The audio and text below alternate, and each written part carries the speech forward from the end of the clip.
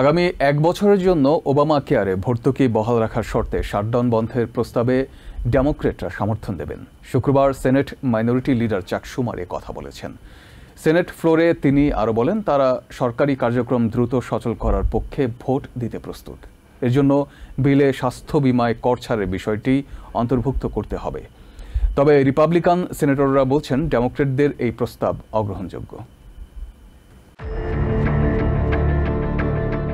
শাটডাউনের ৩৮তম দিনে এসে অচলাবস্থা কাটাতে সেনেটে পরবর্তী পদক্ষেপ এখনও অনিশ্চিত। সরকারি অর্থ বরাদ্দ স্থগিত থাকলেও ফেডারেল কর্মীদের বেতন দেওয়ার ব্যবস্থা রাখার বিধানটি উল্লেখ করে শুক্রবার রাতে রিপাবলিকানদের প্রস্তাবিত বিলের উপর ভোটাভুটি হওয়ার কথা। তবে দিনের শুরুতেই ডেমোক্রেটরা বিলটি দ্রুত বিবেচনায় আটকে দেয়। ফলে দুই দলের মধ্যেই বাড়তে থাকে উত্তেজনা। সরকারের অচলাবস্থা নিরসনে সমঝোতার নতুন প্রস্তাব দিয়েছে সেনেট ডেমোক্রেটরা। শুক্রবার তারা ১ বছরের জন্য স্বাস্থ্য বিমায় কর ছাড় বহাল রাখার শর্তে সরকারের কার্যক্রম আবারও সচল করার প্রস্তাব দেন। চাক শুমারের মতে, তাদের এই প্রস্তাব সরকারের অচলাবস্থা দ্রুত কাটাতে সহায়তা করবে এবং দেশের শ্রমজীবী পরিবারগুলোকে স্বাস্থ্যসেবা নিশ্চিতে আর্থিকভাবে সহায়তা দেবে। সমঝোতার টেবিলে সরকারের অচলাবস্থা কাটানোর বিষয়টি এখন পুরোপুরি রিপাবলিকানদের উপর নির্ভর করছে বলে মনে করেন সেনেট মাইনরিটি লিডার। এটাকে সোজাসাপটা শর্ত বলে উল্লেখ করেন ডেমোক্রেটিক সেনেটররা।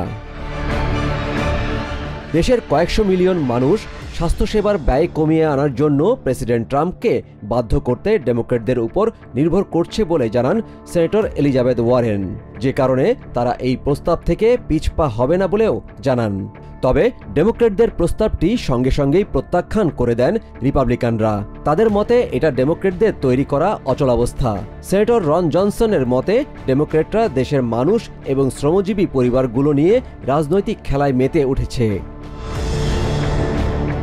কিন্তু সংখ্যাগরিষ্ঠ দল রিপাবলিকানরা বিষয়টি অগ্রহণযোগ্য বলে জানায়। সেনেট মেজরিটি লিডার জন থুন বলেন, এটা একেবারেই অগ্রহণযোগ্য। আলোচনার পর্যায়ে এটা আসে না। এ সময় তিনি ডেমোক্রেটদের নিয়ে হতাশা প্রকাশ করেন। এদিকে সরকারের অচলাবস্থা না কাটানো পর্যন্ত সেনেটের অধিবেশন চালিয়ে যেতে বলেছেন প্রেসিডেন্ট ডোনাল্ড ট্রাম্প। ট্রুথ সোশ্যালে দেওয়া পোস্টে তিনি বলেন, তারা কোনো সমাধানে পৌঁছাতে না পারলে রিপাবলিকান সেনেটরদের উচিত দ্রুত ফিলিবাস্টার বাতিল করা। Yusuf Khaled, TVN 24 news desk.